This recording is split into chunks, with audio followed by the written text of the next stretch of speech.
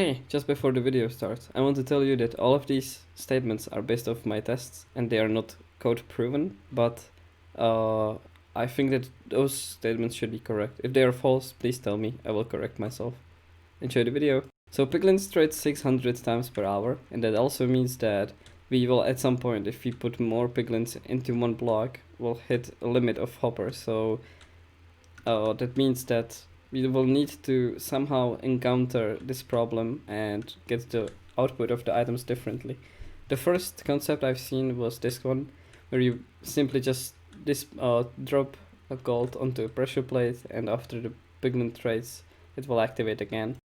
It's very simple, it works very pretty fine, but this is really impractical in really higher numbers, because you also can only have few piglins here, because the output is one hopper. So people try to encounter that, and they use the trick where you put a block into piglin's head, and that means that the piglin is gonna throw all of this stuff to the north, which is this way. I can show you.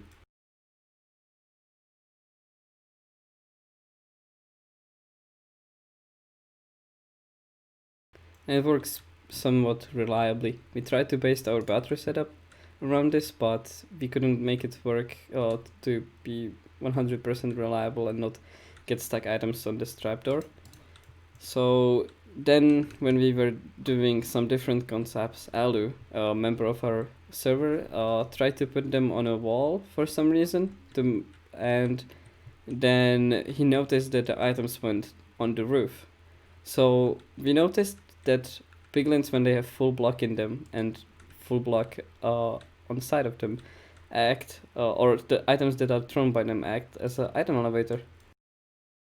So we noticed that this is really useful and tried to base our another piglin bartering setup around that, but we've met an issue. We had a lot of redstone around the bartering setup to make it compact and also to distribute the items, but after like 2 hours after we've done the work, we tried to run it, but we've met an issue. So now if I throw the piglin item, it's gonna go up all the way up there without no issues. But if I fill up this space or space below with a solid or opaque block, the piglin is gonna try to throw stuff there, and that means that this concept is completely unreliable.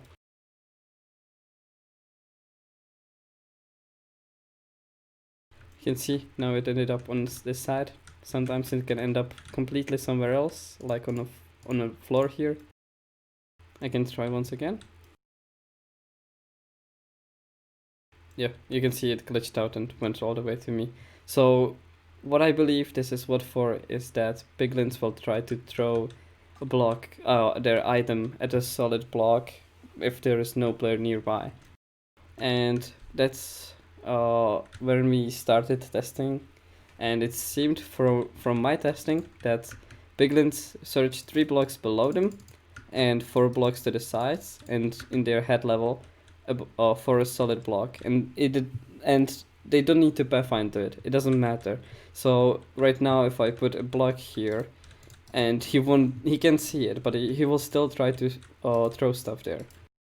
So after that, we designed this barter chamber, which is really small and is also 2-dimensional and doesn't need a player. So we unload a minecart or a shulker here and distribute it into 4 droppers, because piglins trade, or like 15 piglins can trade of hopper speed. So we have 15 in each cell, and we distribute the items between them. After the piglins trade, the items float to the portal, and on the other side we take those items and sort them.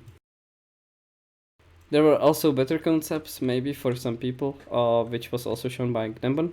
He was using players. So piglins are pretty good aimers when it comes to aiming with items at the players. So he had 4 piglins around him, and he just stood there and give them the gold, and they would throw stuff at them, and items would fall down and then get sorted. I recommend you watch his video, it's really useful. So with this information, you can build really simple bartering setups. You just have to look for not having any solid blocks in range that I've shown. Also, what is good to look for is to put the piglins in 4 different chunks, which was shown also by Nimbon. I don't know why that makes a difference, but it makes some minor differences, which are really nice. And we've also put a vine in their feet so they don't have collisions, and then it means that they act like they were in a ladder or they were in a vine, so then they don't mob cram. On the other side, if you use a barter like this, you either need suppressed portals or you need to somehow get rid of them.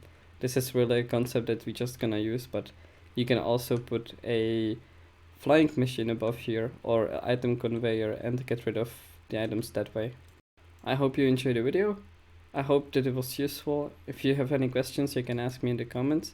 Link for the download of this bartering setup will be in the description. It will be a Litmatic, and also there will be a calculator for bartering, so if you need that, you can use that too. See ya!